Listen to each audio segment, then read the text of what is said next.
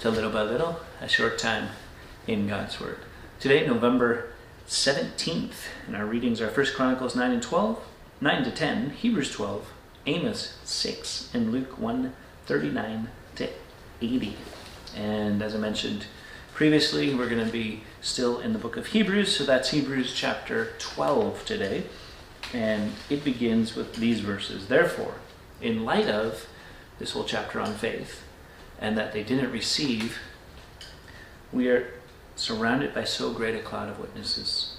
Let us also lay aside every weight and sin which clings so closely. Let us run with endurance the race that is set before us, looking to Jesus, the founder and perfecter of our faith, who for the joy that was set before him endured the cross, despising the shame, and is seated at the right hand of the throne of God. Keeping our eyes on Jesus.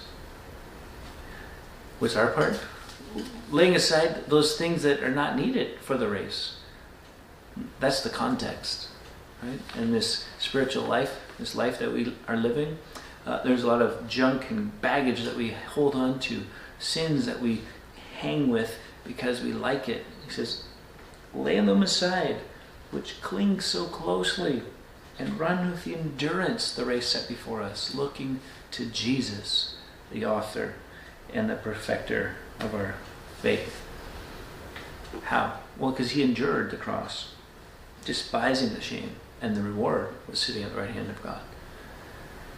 Right? Far too often we make it about ourselves, that I'm not happy, and he's doing that, she's doing that, and no. We hold on. We cling, throw off every weight and every sin that entangles, and we look to Jesus.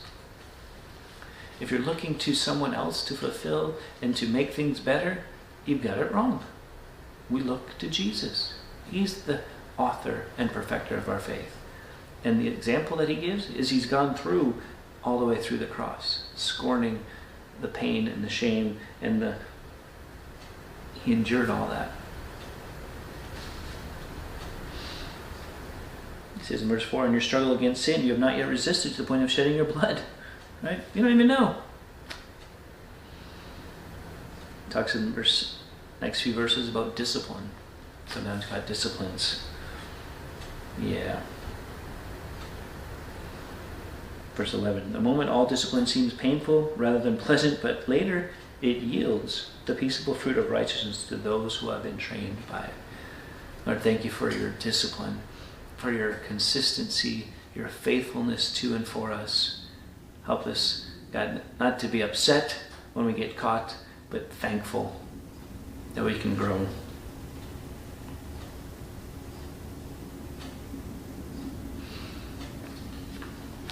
There's a lot in this chapter. I encourage you to take some time and read it slowly. Allow it to sink deeply. What I love is that reminder, no matter what's going on, look to Jesus. Seems simple. Right? If it was so simple and simplistic, it would only be one little page in the Bible. But the fact is, it's kind of a big book. And secondly, look to Jesus comes up a lot. Keep your eyes on him, walk with him, follow him. Why do we need to be reminded so many times? Because we get off kilter, we get off focus, we allow the weight and the sins to cling and to bear us down and to take us sideways in every way but with him. We wonder why. It's difficult. We gotta do our part. And so surrender today. Ask Jesus to help you and keep your eyes on him, knowing that he's gone through way worse, and whatever you go through, it'll be worth it. Not so you can say, look what I went through, but in light of eternity, in light of what Jesus has gone through, it's not a big deal. And we keep our eyes on Jesus. He's the one doing the work in us. And he'll do that work in others around us. Till next time, keep growing, little by little.